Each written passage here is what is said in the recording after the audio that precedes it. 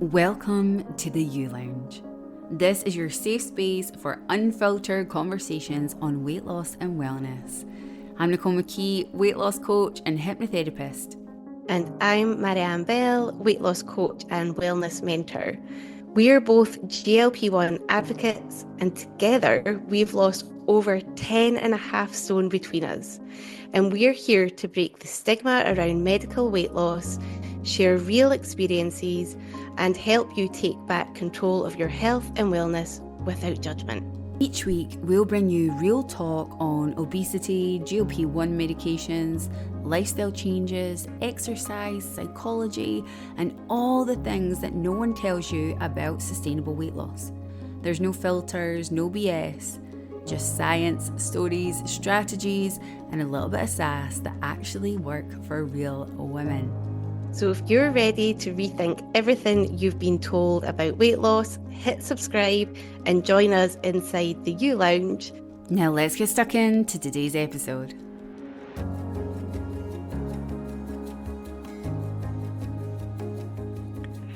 Hello and welcome back to the U Lounge. Can you believe that we are on episode 4 already? Insane. First of all, thank you so much for subscribing if you've done that. If you haven't, then please subscribe. And for all the love and support on our first 3 episodes, it's very much appreciated. Today's episode, we're looking at going a little bit deeper into the brain side of things and how this really does connect with your GLP-1 journey. So if you're struggling to lose weight, it's not because you're lazy. We've said this. It's not because you've got no willpower, and it's definitely not because you're doing something wrong. So we are going to jump straight into it. And today we're going to explain exactly what's going on in your body and in your brain. And why so many people really struggle with their weight loss journey and feel that they're just like failing themselves. And a lot of that, I think, is to do with um, still being stuck in kind of outdated systems around the eat less and move more. So we're going to dive right into it and look at the science of obesity and the role that your brain plays with your GLP-1 medication. So Nick, um, what talk us through some of the findings that you've seen in the research and the brain connection. And you obviously spoke on the last episode as well around how obesity is a brain-led disease. Can you share a wee bit more on that?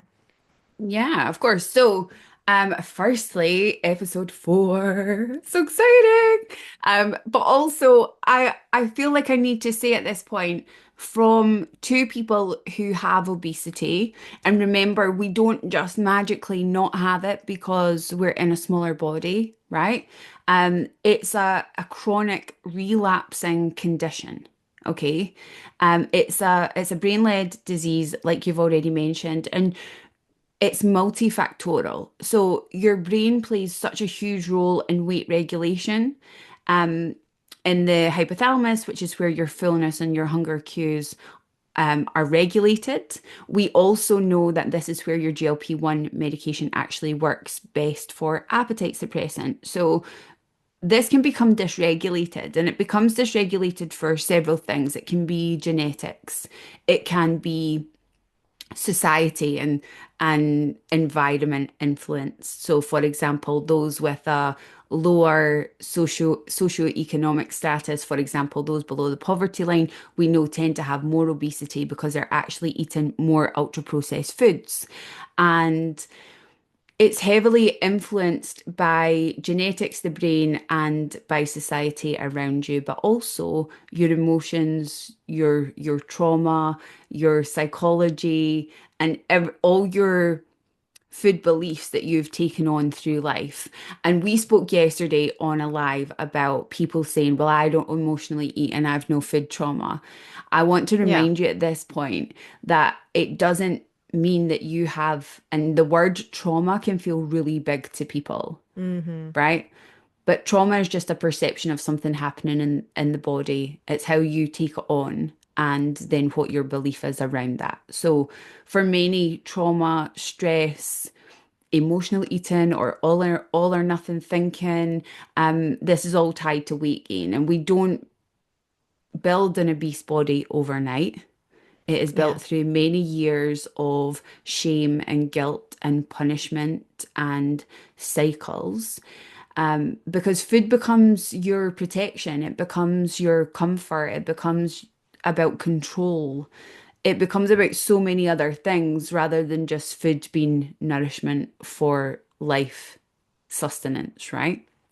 Um, so it's not just about calories in, calories out. And I think when we look at obesity as a disease rather than a moral failing, which is what Hmm. many feel like it is, like you're lazy, or you must be lazy because you're in a bigger body, or you eat very unhealthily because you're in a bigger body. It's there's so much more. And then when we add in hormones, which is something that is, I'm going to say, relatively new to Mm. our understanding of obesity, and it's been long standing in the clinical space, but we've made it very, very accessible to people now. So, for example, things like cortisol, oxytocin, all of these things, people didn't know what those hormones were, leptin and ghrelin. Yeah. Now we use them regularly and people understand what they are. So if you don't know, leptin and ghrelin is your hunger and your satiety hormones. We secrete more of one when we're hungry, more of the other when we're beginning to be full. But for many, this becomes dysregulated. And for example, you can be in a 200-pound body, but you can only be submitting enough leptin to tell you you're full, and it's the equivalent to what you would be if you only weighed 95 pounds or 100 Yeah. pounds or 110 pounds, right?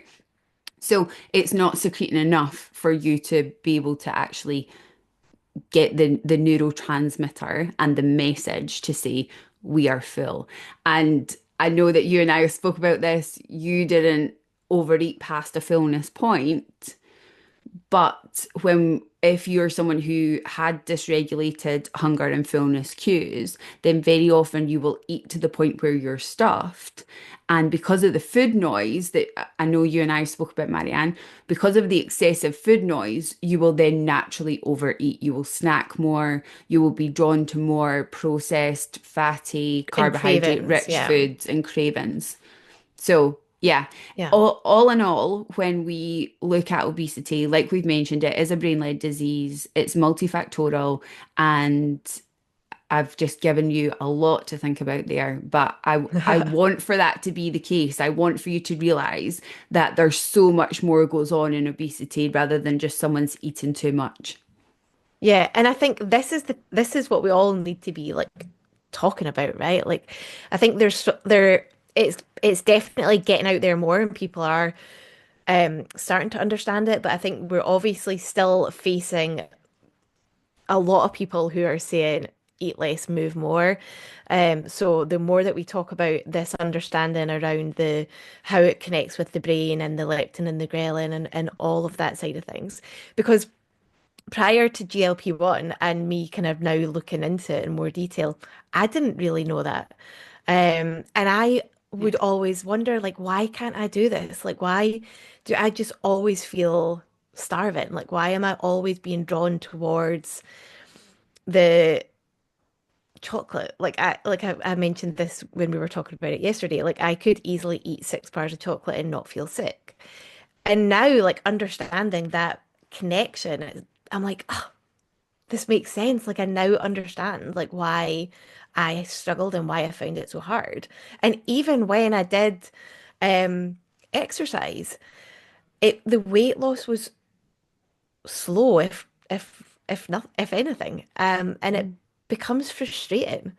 So yeah, so it's so important that this research is being done and it's being shared widely now, so that we can understand that we're not broken. Our systems are. That's it. And I say this all the time, and I know you'll all be sick of me saying it, but we live in an obesogenic society. Society is set up to keep you fat and sick. And unfortunately, that's that's what we become accustomed to and we've allowed. Now we're finding a lot more high protein foods in supermarkets and a lot more like higher health foods. Mm-hmm. However, I still feel like people don't really get it. So, for example, I was having a conversation with someone about antioxidants the other day. And when I said not to be a dick to them, I don't even know if I can say that on this, but I'm just going to say it and I can edit it out. Um, not to be a dick about it, but do you even know what antioxidants do in your body? Because it's such a buzzword. Like, do you know why you would Yeah. have an antioxidant? Do you know what that does?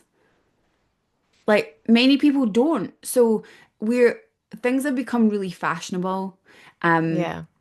and we've just forgot to question the why behind what we're doing and why we're doing it. So I feel like when it comes to obesity, we got ourselves into this whole diet culture of eat less, move more, fat is bad, carbs are bad, and nobody really stopped to question because what we were subjected to were supermodels and reality TV stars who were telling you carbs are bad or think messaging like that. That's what we were subjected to, and nobody really stopped to question what is behind that and what this disease is and what it does. And I think one thing that you mentioned there about the people not really knowing about leptin and ghrelin and their hormones and things. We have a lot of information out there on it now, but there's also a lot of misinformation still. Mm. And that's definitely something that you and I have spoke about, and we want to make sure that we're not given in here. Everything that we're given in the U Lounge is science and evidence backed, also nuanced with our own experience, right? And Yeah. our own understanding and our own light bulb moments of when we're like, wow, I was this years old when I learned this thing, right? Yeah. Yeah. Yeah. And I think as well, kind of touching on the ultra processed um foods and like at the end of the day, right, all of these companies are there to sell to us. And they've got all the scientists that are there working away on how to make us addicted to all of these foods. And that still happens. And if you I feel like I'm dissing quite hard on all of these like high protein food substitutes like in the supermarkets, but they're so ultra processed. Like if you look at the packaging, that's just like there like it's so much ingredients in there that The actually list nobody of even knows what they ingredients. are. Like, Yeah. And when you stop being able to say the ingredient, and not yeah, only that, when you can't say it or pronounce it and you don't know what it is, why are you putting it in your body? And I say this from someone who spent years abusing their body through ultra processed foods and alcohol and all the other things that contributed to my obesity. Um, I get it. I get that we want to we crave these foods, but remember obesity is not about willpower, but you're subjected to it all the time, every which way you turn. Sometimes, and depending where you are, right? Because I have to say we've got much better at this now. But sometimes it can be very hard to find a good high protein whole food choice mm, and when you're on the go. hmm, Even yesterday, I picked up some little mini chicken fillets out of a supermarket. I was on the go. I didn't stop yesterday and I didn't have meals prepped, which is unlike me, but it got to the end of the week and it's been a busy week. Life be lifing. So I just grabbed some chicken mini fillets. When I looked at the back, there was so much sodium. There was so mm, much preservatives basically that was keeping this food alive. Um or keeping it from spoiling that I started eating it and I was like, I can actually taste the process. I can taste the nitrates. I can taste like all of these things. But I needed to get some protein in and I needed to just I thought that's better than picking up a sugary protein shake. But yeah, actually this is happening all the time. We're tricked into thinking things are healthier than what they are. yeah. Definitely, definitely. And again, I know we spoke about this on the last episode as well, especially now in our GLP-1 world where you're being told protein, protein, protein. So you're just if you can't get the kind of natural protein sources, and we're all busy, as you were saying, it is sometimes easier to just pick up all of these prepackaged things and think, well, at least I'm hitting my protein goal. So it's not easy, and like it doesn't get any easier. You do That's this it. from that I point th of view.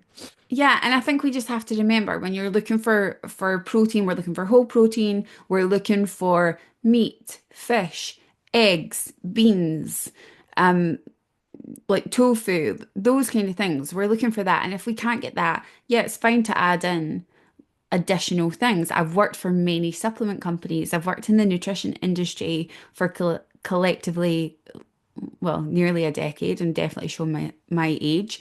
However, I've worked with total diet replacement diets. I've worked with supplementation for those who are malnourished.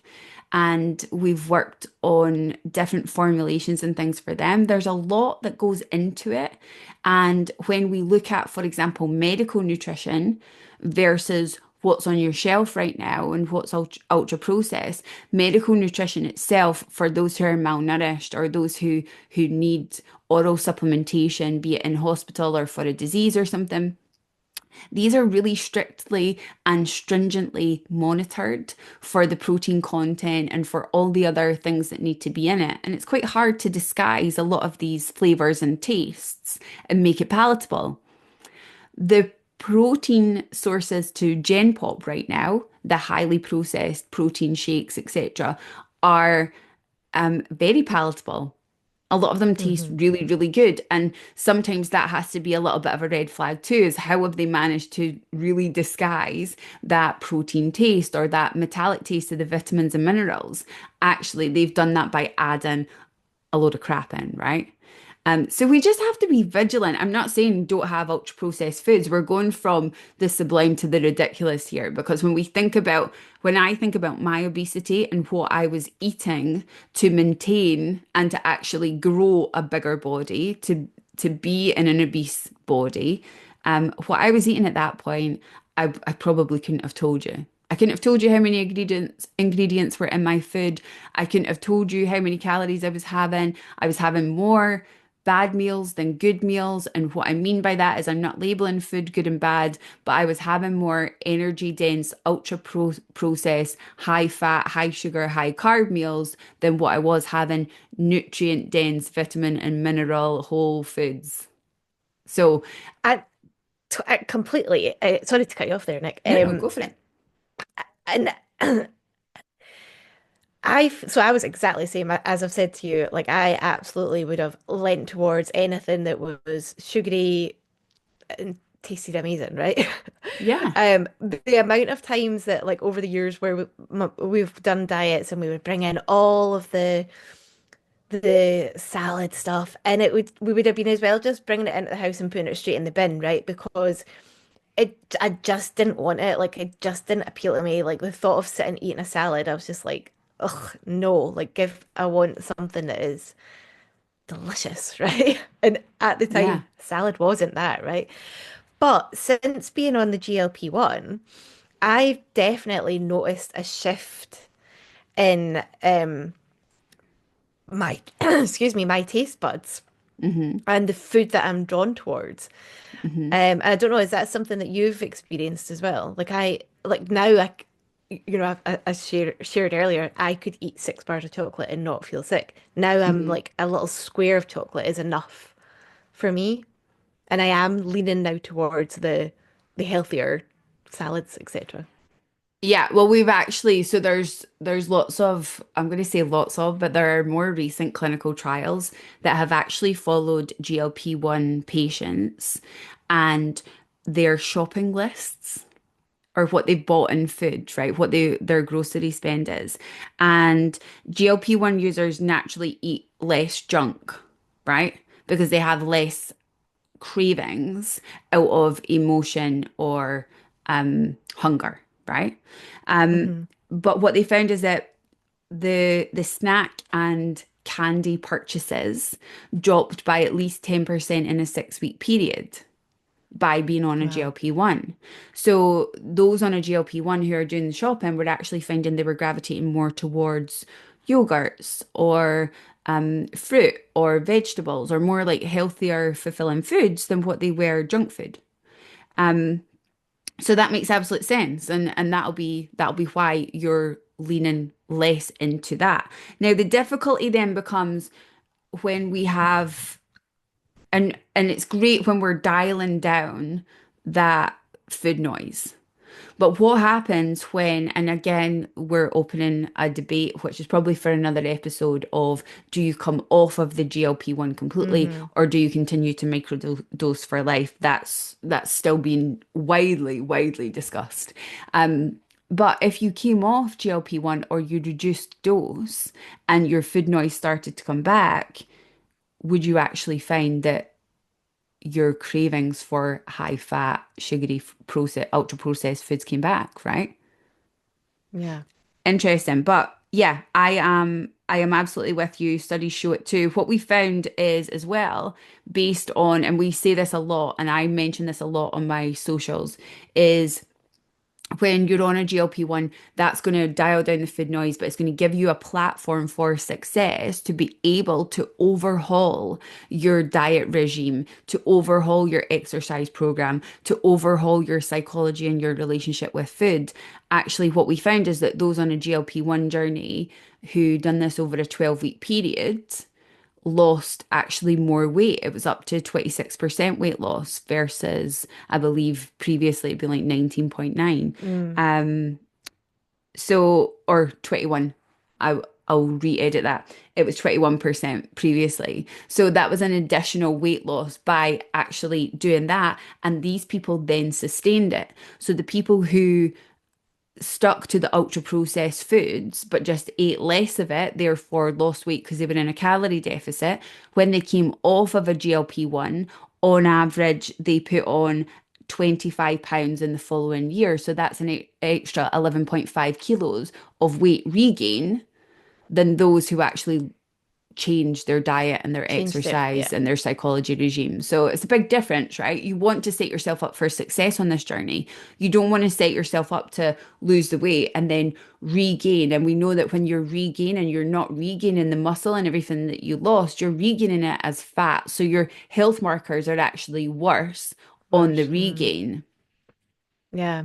And I guess whilst we're talking about this, it's probably a good shift into I wanted to touch on side effects and so linking that back there to um people who aren't making changes. So I think where we're seeing people who are really suffering from side effects like feeling sick, nausea, sore tummy, constipation, diarrhea, like all of those kind of typical side effects. I think the research is absolutely showing that it's because they're those most of those people are still eating how they ate previously. So all the ultra processed foods, the greasy, high fat, and GLP-1 just doesn't like that food because obviously your digestion system is all slowed down.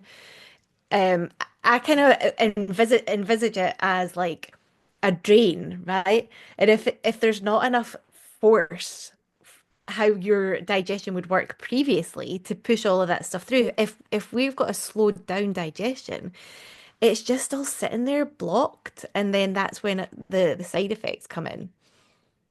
Yeah. And I think this is it. Like, so the things like not drinking enough water, we know that on a GLP-1 journey, water is literally your best friend and will help the foods to move through the gut.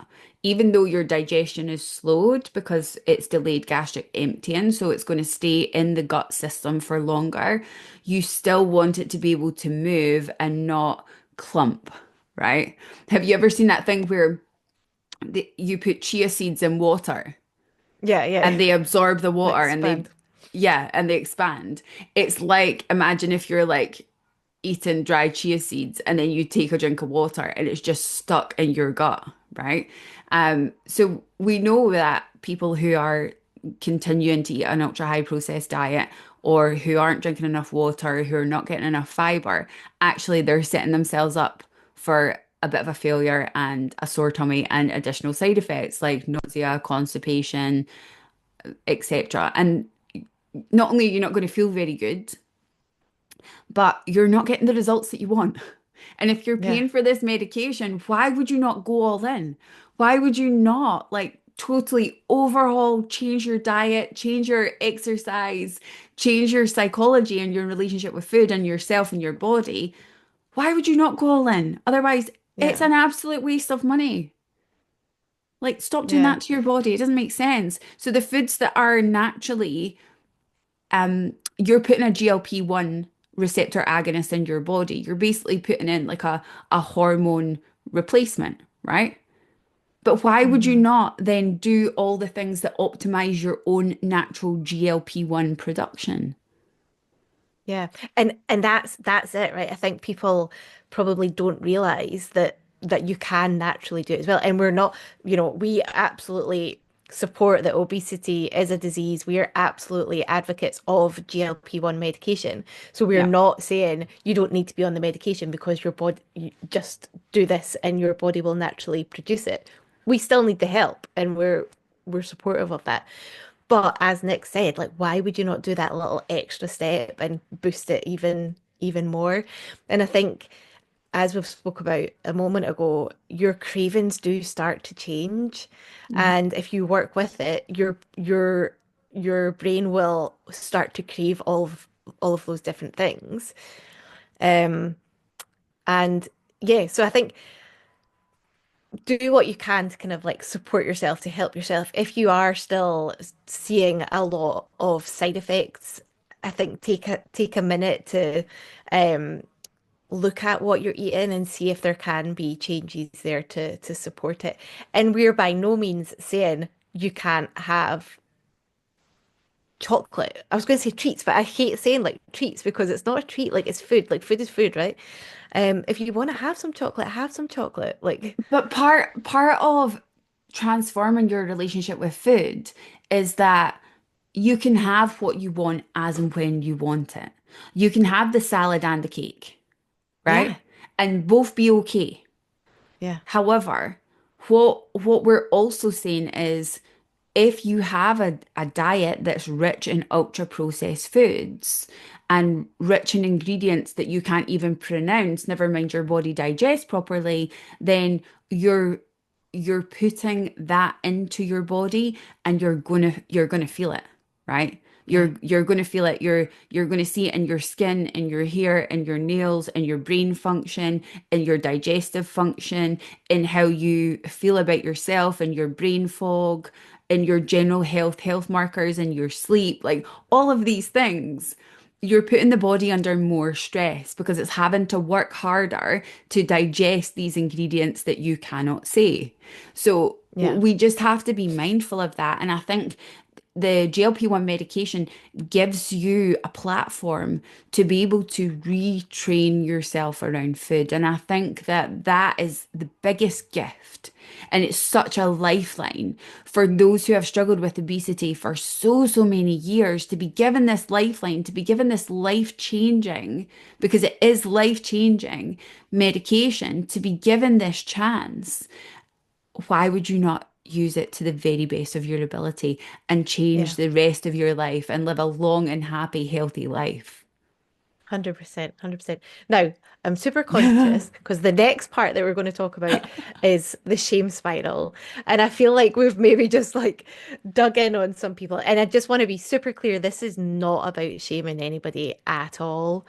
I think we've all gone through that enough in our lives, and we're here to support women and cheer each other on. So none of this is about saying you're doing it wrong. It's about giving you the education and support to help your journey.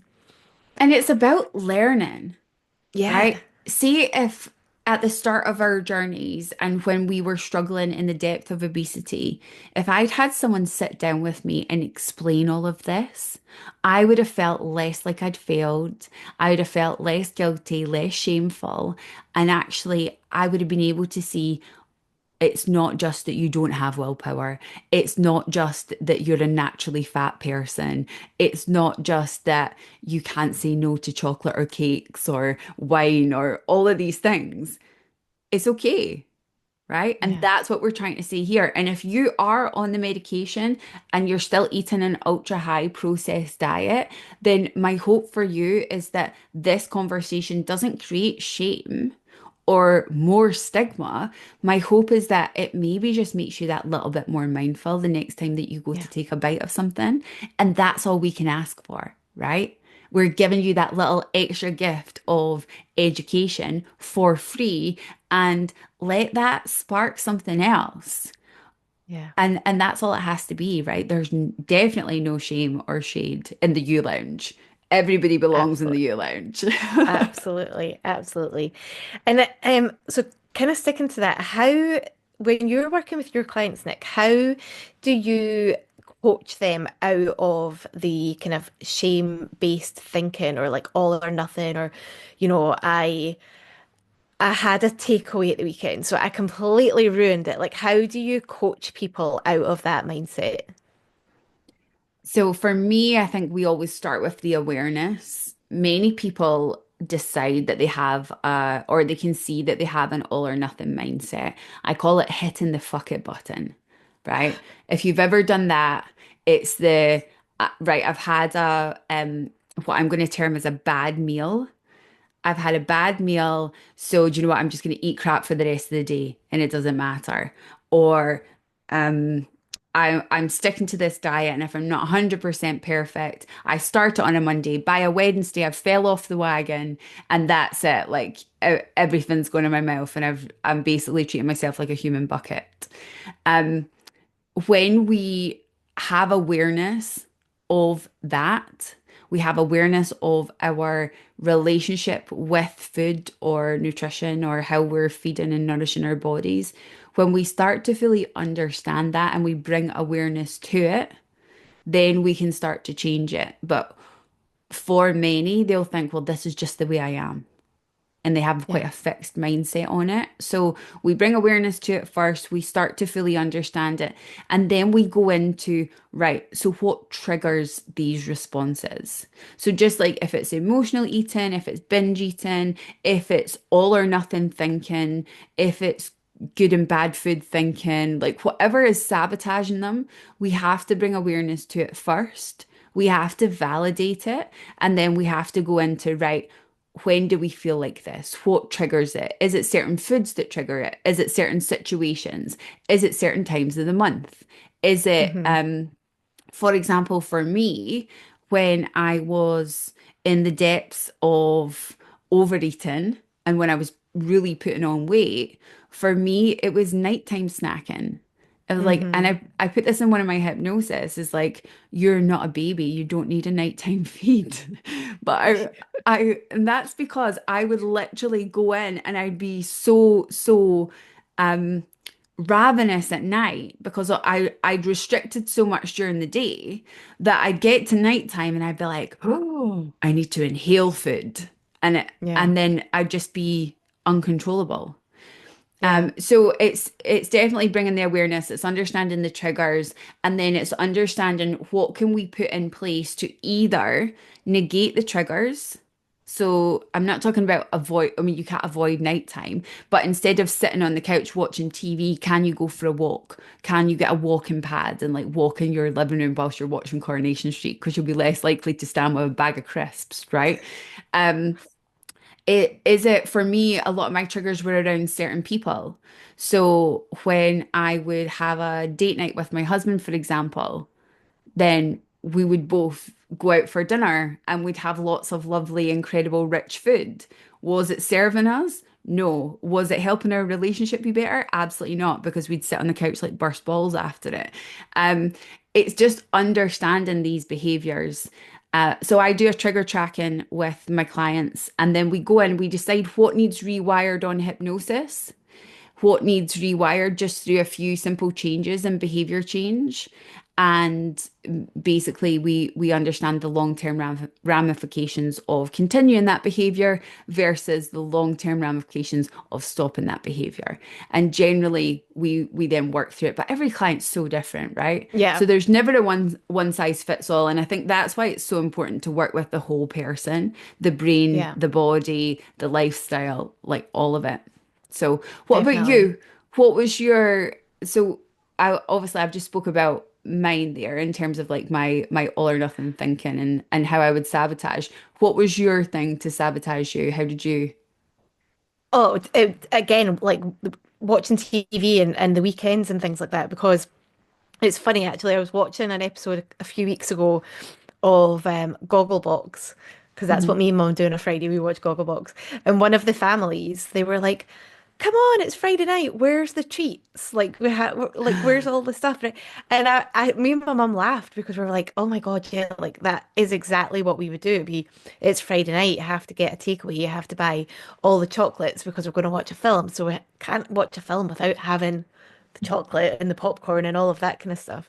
And then, of course, as soon as you do that on the Friday night, oh, well, I've blown it. So I might as well do it on the Saturday and Sunday, and it just would spiral on. So um, Yeah. that tended to always be what would happen. But again, like in old kind of diet mindset, it was, oh, I've managed to lose half a pound, so I've sacrificed all week and I've not had a Chinese or a chippy, and so now that I've lost my 7 pounds, I'm gonna treat myself to that. So Yeah. there was all of those things, and definitely, as you've said, like doing that kind of understanding, um, and self-awareness to identify those things has really helped me like rewire and realize that like actually I can celebrate without having to go and get a Chinese. Or if I want a Chinese, I have a Chinese, but I don't have to do it. That's it. But it's also like, for example, when I used to, just because we're on the subject of Chinese, when I would order a Chinese on a Friday or a Saturday night, I would over order. Like I would Yeah. order so much food. We could literally feed the street, right? And now I'm really mindful of actually I'll probably just share a meal with someone or I'll have little pics of everybody's. Yeah. I'm a bit of a grazer. So like Yeah. for me, if I sit with my own meal, I'm an only child as well, so I don't want to share. Like I am not a sharer. Do not put your fork near my plate. Do not come near my food. My food is my food. But I expect everybody else to share with me. So Yeah. I'm an only child as well, so I'm laughing because I am so with you on that. don't put your fork on my plate. So I now know that I really enjoy having a pick of everybody else's, and I care slightly less about having a big portion on my plate. So I let everybody else order what they want, and I'll have a little side plate with like bits on mine. So because I get food envy, right? Yeah. So I'm Yeah. like, well, I just want to try a bit of everybody else's. I can't make my own decision on my own food because again, indecisive. I'm like that. So I just think, well, I'll just have a bite of everybody else's. Things like that, rather than ordering myself a full meal or over ordering, changing that behavior, I was like, wow, I've had a Chinese. I don't feel sick, right? Yeah. I'm not sitting on the couch feeling absolutely bloated. I've not got diarrhea or constipation the following day, or a really sometimes I'd wake up with such a sore tummy during the night because I just Mm-hmm. overate and I'd ate so Mm-hmm. much. So yeah, we can have all of these things. Yeah. We just need to change our behavior around them slightly, right? Yeah. Definitely. Amazing. So in this episode, we've covered a lot. We've obviously talked about like the biology, like how it actually works with your brain connections. We've spoke about the mindset and the lifestyle changes. Is there anything, Nick, that we've not covered off that you were desperate to talk about on this episode? I think something to mention as well is there's a part of the brain called the insula, which is the island of the brain, and it is the body brain connection. We also know that the brain gut connection is huge. So actually Yeah. and that's something that we've not mentioned, it's probably for a later episode because we don't want to Yeah, geek out on definitely. neuroscience. But I just want to mention again and almost reiterate how much your body, your lifestyle, what you're putting into your gut for nourishment actually affects your brain too, affects Yeah. your cognitive function, affects your executive functioning, all of these things. So to set yourself up for this the best success on this journey, it's not that we're shaming anybody for ultra processed foods. We all love a bit of processed foods. That's okay. And we'd be orthorexic if we started going into health-based foods all the time, right? Yeah. However, it's just maybe tipping that balance. It's changing from the 80% high process and the 20% whole foods, vegetables, etc., to the 80% whole foods and vegetables and maybe the 20% high process, and just being kind Yeah. to yourself on the journey, knowing that we've all been there and we've all struggled with it.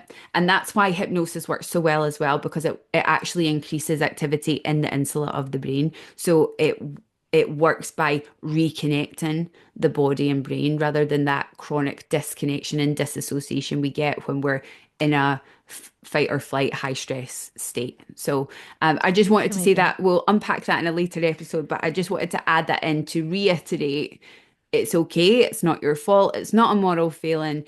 Obesity is a brain-led disease, and we're not shaming any part of your journey. We are just trying to help a girl out. Absolutely, absolutely. And the gut brain connection is my little geek out zone. So we will definitely do an episode on that as well. It's fascinating how it all connects. Yeah, and we're So not taught. We're not taught these we're things. This not, is the whole we're thing. not. Like, yeah, sorry. Exactly, exactly. No, no, not at all. So yeah, so your body is not the enemy. Your brain is not broken. You've just been stuck in a cycle that's never taught us this Mhm. information. So if this episode resonated with you, please share it with somebody that needs to hear it. And if you're ready to go deeper, then like join us, subscribe, like, rate, and continue sharing the U Lounge. Um, Anything you want to finish off with, Nick? And come DM us, open a conversation about it. You'll find us on most major platforms. We're also on YouTube. You can watch the version of this podcast. You can actually watch our faces and our laughing and all that behind the scenes. So come in. Like Yeah. everybody's welcome here. We want to make sure that we're given a real good mix of education. It's not filtered, it's not highly edited, and we're doing our best on the journeys that we're on, and we want that for you too. Yeah, amazing. So until next time, be kind to your body, trust your brain, stop blaming yourself, and yeah, stop blaming yourself. Things have just not been explained in the past. And I'll finish off by saying it is time to live life on your terms. Woohoo! If today's episode spoke to your heart, your soul, or your mind, please share it with a friend who needs to hear it too. We'd be so grateful if you could follow, rate, and leave a review. It helps more incredible people like you find this space. Until next time, keep putting yourself first, and remember, it's time to live life on your terms.